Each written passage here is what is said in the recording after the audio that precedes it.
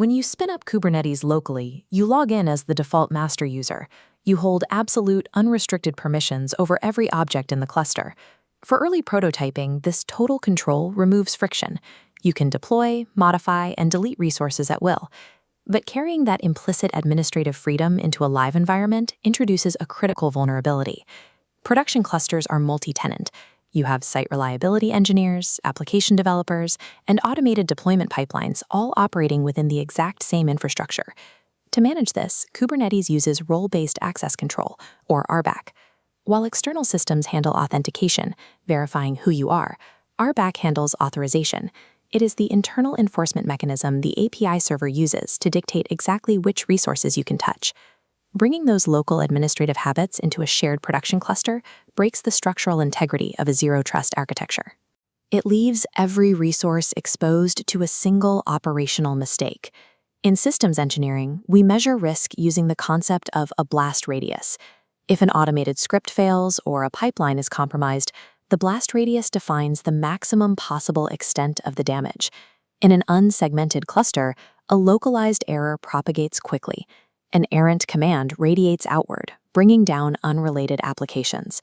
But a safely contained blast radius isolates that failure. The error hits a strict administrative boundary and dissipates, while the rest of the network operates normally. Engineers construct these boundaries using granular RBAC configurations. By applying the principle of least privilege, you grant an entity only the absolute minimum permissions required to perform its specific job. Ultimately, RBAC provides the logical constraints that prevent a localized bug from resulting in a systemic, cluster-wide catastrophe. To build a zero-trust architecture from first principles, we start by establishing a strict governance boundary.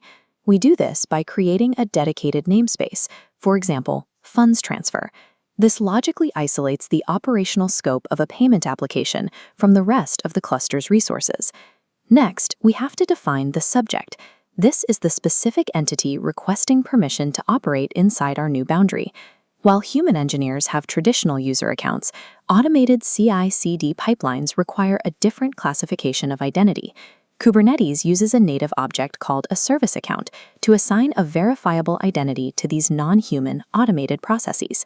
For our automated pipeline, we create a service account named deployer, designated entirely for the funds transfer application.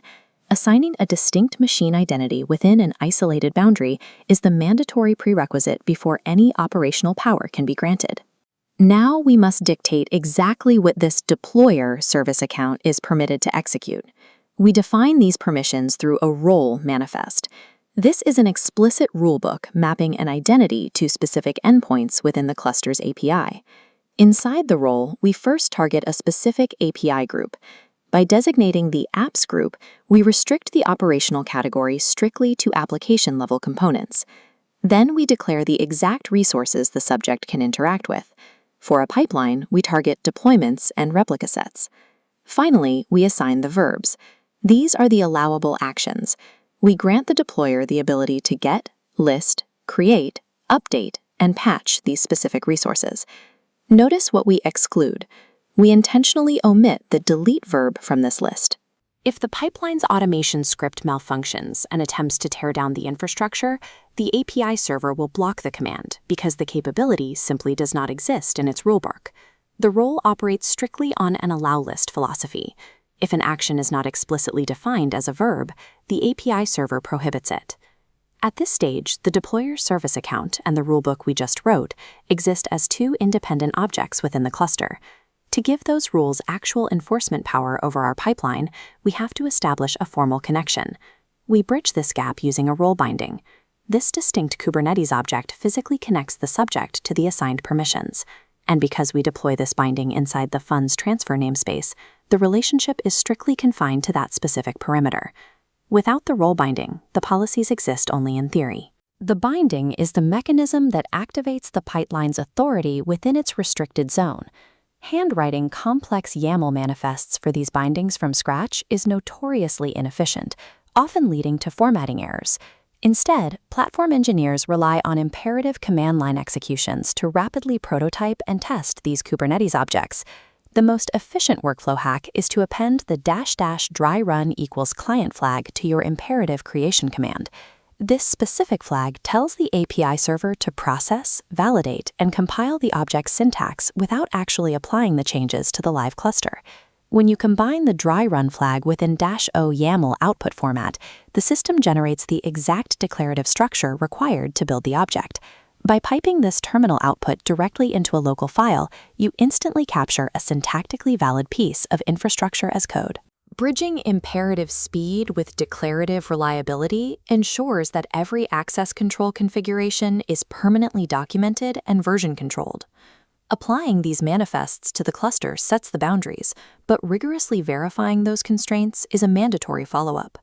We validate permissions using the kubectl auth cani command. This diagnostic tool simulates the exact perspective of a target subject against the API server.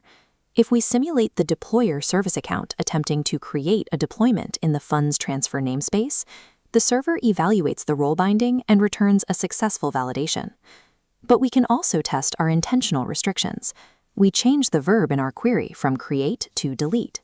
The API server processes the request, scans the assigned rulebook, finds no matching verb, and decisively rejects the query. The exact verb constraints hold. Verification replaces assumptions with empirical evidence. It ensures that automated systems can construct infrastructure, but lack the capacity to destroy it. This isolated model successfully secures a specific application. But as infrastructure demands scale, some services require a broader operational scope. Standard roles and role bindings have a structural ceiling. Their authority is permanently trapped within a single namespace boundary. To elevate permissions globally across all namespaces, Kubernetes uses the cluster role and cluster role binding mechanisms. This global elevation is a high-risk tool. It is reserved for foundational cluster-wide infrastructure, like ingress controllers or monitoring daemons. Moving past the convenience of default administrative access is the only sustainable way to operate within complex, multi-tenant environments. By mastering declarative RBAC, engineers move from an open permission model to one where the API server mechanically enforces every boundary within a zero-trust environment.